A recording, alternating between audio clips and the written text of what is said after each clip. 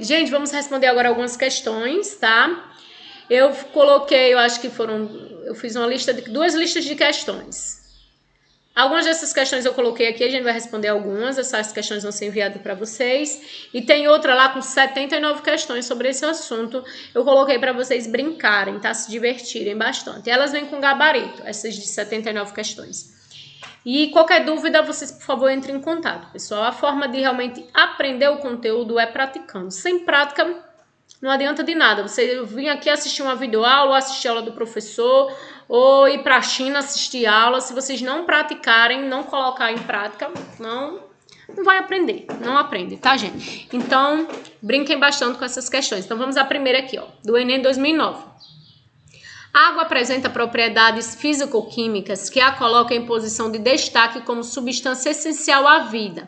Dentre essas, destacam-se as propriedades térmicas biologicamente muito importantes. Por exemplo, o elevado valor de calor latente de vaporização.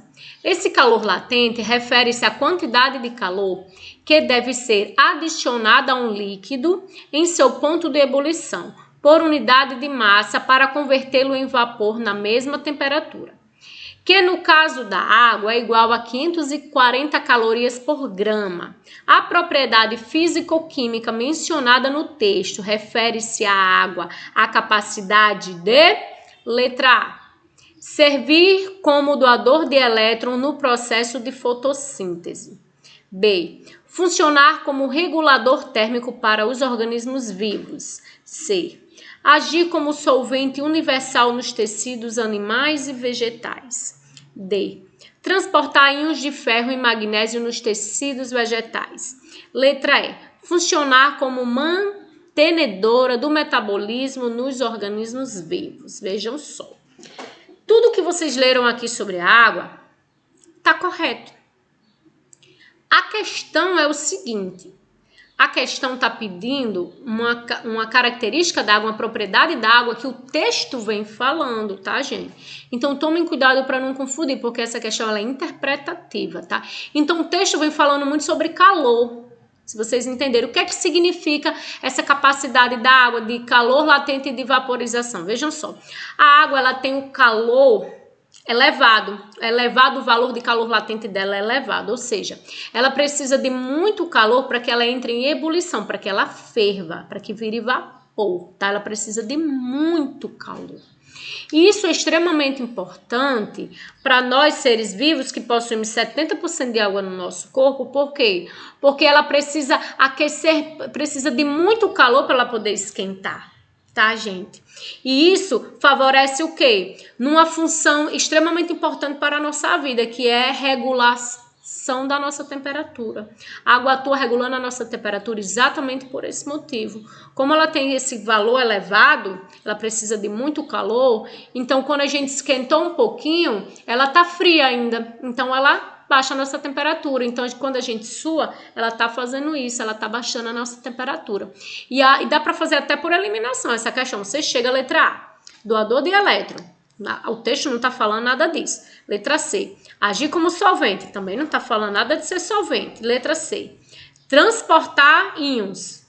Muito menos está falando disso o texto. E letra E, funcionar como mantenedora, que nome chato, mantenedora do metabolismo dos organismos vivos. Vocês poderiam até ficar assim na E, sabe? Um pouquinho entre a E e a B, mas o correto seria B. Seria não, é a B, letra B. Funciona como regulador térmico para os organismos vivos. Não esqueçam nunca mais. Sobre o colesterol, vejam só. É importante vocês leiam a apostilinha que eu vou mandar para vocês. Eu queria que vocês lessem mesmo, porque lá tem muita informação legal, tá, gente? Quer aprender mesmo, tem que ler, tem boquinha não.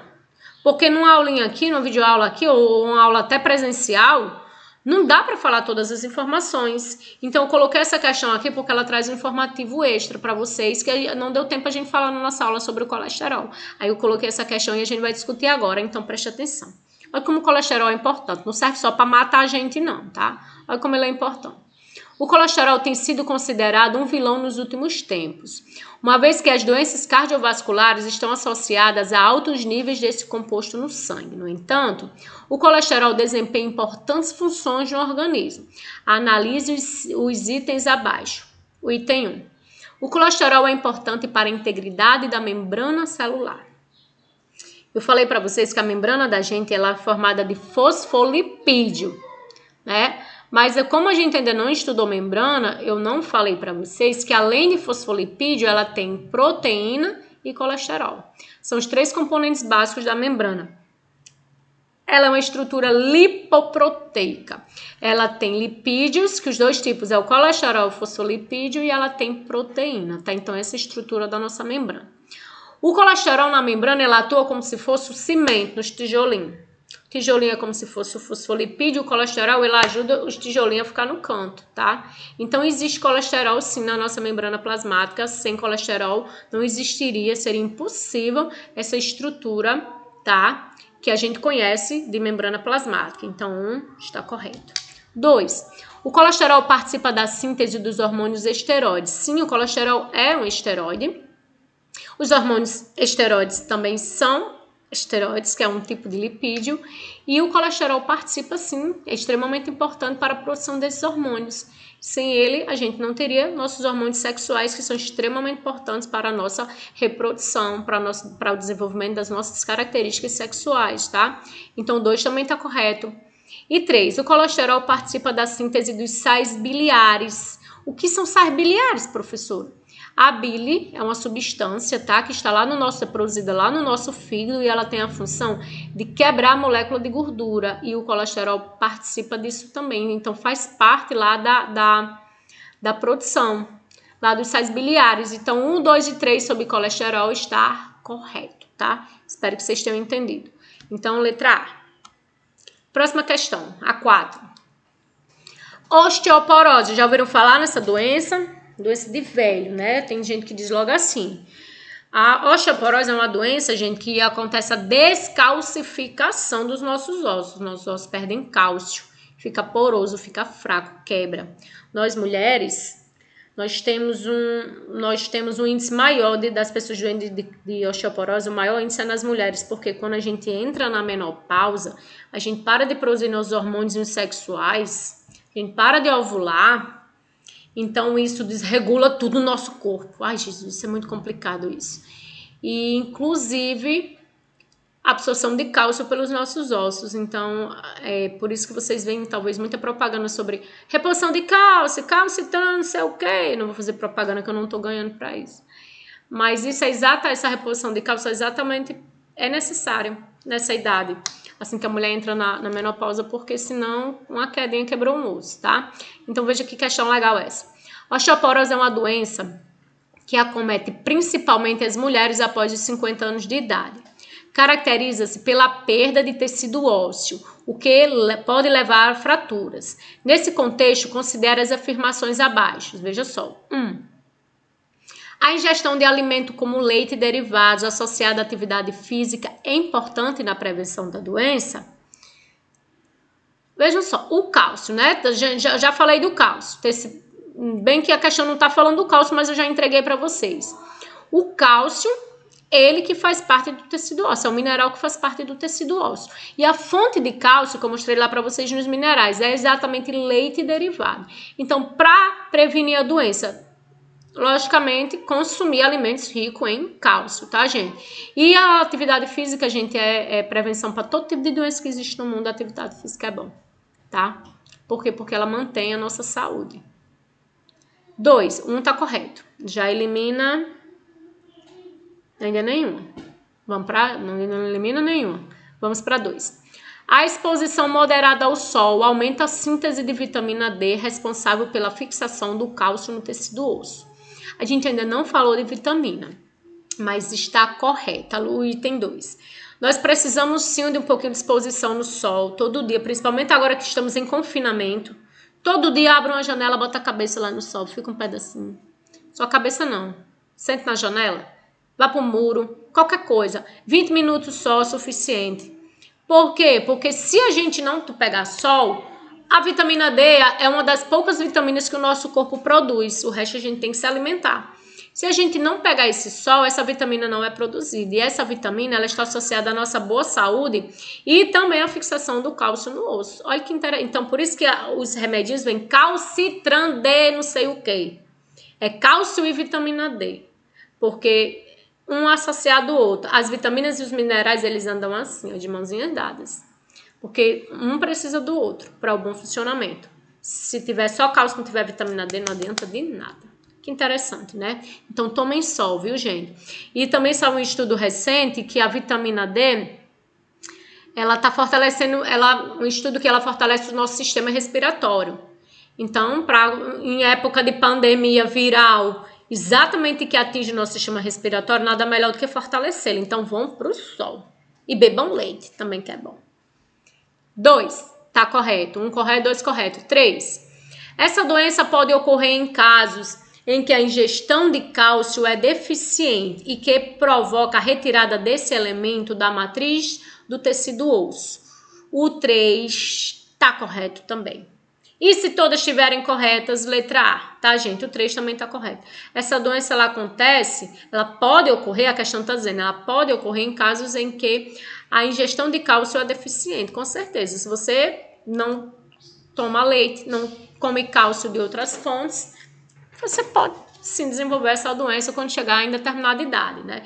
Então, tentem, principalmente nós jovens, nós precisamos consumir cálcio todo dia. Vou ali comprar um remédio de forma natural, na alimentação, tá, gente? Que é o melhor, mais saudável pra gente. Letra A. Próxima. Colesterol de novo. O colesterol é um importante constituinte das membranas celulares. De novo, falando nisso. Deixa eu ler de novo. O colesterol é um importante constituinte das membranas celulares. Então, estando relacionado à síntese dos hormônios esteroides e sais biliares. Olha, essa questão já respondi a outra. Olha que interessante. No plasma, ele é encontrado ligado aos corpúsculos lipoproteicos, conforme mostra na figura. Vamos todo mundo olhar para a figurinha, depois a gente lê o resto. Eu tenho aqui proteína, aqui nós temos LDL, que é o colesterol ruim, e o HDL, que é o colesterol bom. Então aqui tem 45% de colesterol, ó, ruim, aqui tem 20% de colesterol bom. Aqui as proteínas, as bolinhas pretas triglicerídeos, amarelinho colesterol, tá? Olhou todo mundo? Vejam só. Considere a afirmativa. Há uma relação direta entre as taxas de colesterol no sangue e a deficiência de anteromas, tromboses e infarto. E a incidência, deixa eu ler de novo. Considere a afirmativa. Há uma relação direta entre as taxas de colesterol no sangue e a incidência de anteromas, tromboses e infartos. Então, aqui temos uma afirmativa. Vamos ver agora. Marque a alternativa que apresenta a conclusão correta acerca da afirmativa. Tá certo? Então, vejam só. Vamos analisar agora as alternativas, gente. Letra A. Concentração de HDL e LDL não possuem importância na avaliação da predisposição para o infarto. Vocês acham que a letra A está concluindo essa afirmativa, gente? O que é que vocês acham? B. A alta concentração de HDL e baixa de LDL significa pequeno risco de infarto. A C. A alta concentração de LDL e a baixa de HDL significa menor risco de infarto. A D, que está aqui no cantinho. O aumento das taxas de colesterol depende somente da alimentação e não é influenciado por fatores genéticos, estresse, fumo, diminuição da atividade física. E a afirmativa é incorreta, pois não há provas significativas que correlacionem os níveis de colesterol com a incidência de trombose e de infarto. Até na questão anterior, a gente falou que sim, há uma relação de colesterol alto com infarto. Agora vamos entender aqui o que é o colesterol bom e o ruim. Vocês têm que saber disso para poder achar a alternativa correta. Colesterol bom, HDL. Colesterol ruim, LDL. Então, para a gente ter menos risco de infarto, nós temos que ter mais HDL e menos LDL. E a única alternativa que se encaixa nisso, eu vou ler de novo, que eu esqueci, vamos ver. Letra A, desconcentração de HDL e LDL não possui importância. Possui sim, na verdade é extremamente importante. B, alta concentração de HDL, que é o bom, e a baixa de LDL, que é o ruim, significa pequeno risco de infarto. Corretíssimo, letra B está corretíssima, tá, gente? Então, olha como é importante. Para responder essa questão, vocês têm que saber quem é o bom e quem é o ruim. Senão vai confundir mesmo a cabeça da gente, tá? H é o bom, ela é o ruim. H é o bom, ela é o ruim. AC, alta concentração, AC é o contrário da B para confundir. A alta concentração de LDL e a baixa de HDL significa menor risco, significa maior risco, tá? Então, a alternativa B é a alternativa correta. Questão 8. Veja só essa tabelinha que legal. Vamos ver se vocês entenderam bem o assunto. Esta tabela mostra o teor de proteína, carboidrato e lipídio em alguns elementos expressos em gramas por 100 gramas de peso seco. Vamos ver a tabelinha. Temos aqui a proteína, carboidrato e o lipídio. Então, a carne seca tem 88 de proteína, 0 carboidrato, 11 de lipídio. É muito. Farinha de mandioca, pouca proteína, bastante carboidrato e pouco lipídio. Arroz, muita proteína, muito carboidrato e pouco lipídio. Tocinho de porco, muita proteína, pouco carboidrato e muito lipídio. E 0 carboidrato e muito lipídio. Então, vendo aqui, para a gente responder essa questão, vocês têm que saber a função de cada um, tá? Então, vejam só. Com base nos dados da tabela, assinale a alternativa que contém a dieta mais adequada para um jogador de futebol antes de uma competição. Vamos ver. O jogador vai jogar bola antes da competição. Ele precisa de muito o quê, gente? Ele precisa de muito o quê? Hein? De muita energia. Eles precisam de energia. E o nosso corpo, eles preferem qual molécula orgânica para produzir energia? Carboidrato, proteína ou lipídio? Vocês não souberem disso, eu mato vocês. Ave Maria. O que é que o nosso corpo prefere? Logicamente que ele prefere carboidrato. Então, a dieta mais adequada para esse jogador vai ser uma dieta rica em... Isso mesmo, carboidrato. Então, qual é a alternativa aí que tem bastante carboidrato? A proteína vai fornecer energia? Não vai. Vai deixar ele pesado, porque a proteína é de digestão lenta, então prejudica. Então, fica a dica para vocês. Proteína a gente consome, não é pré-treino, proteína é bom pós-treino, pós-corrida, pós-futebol.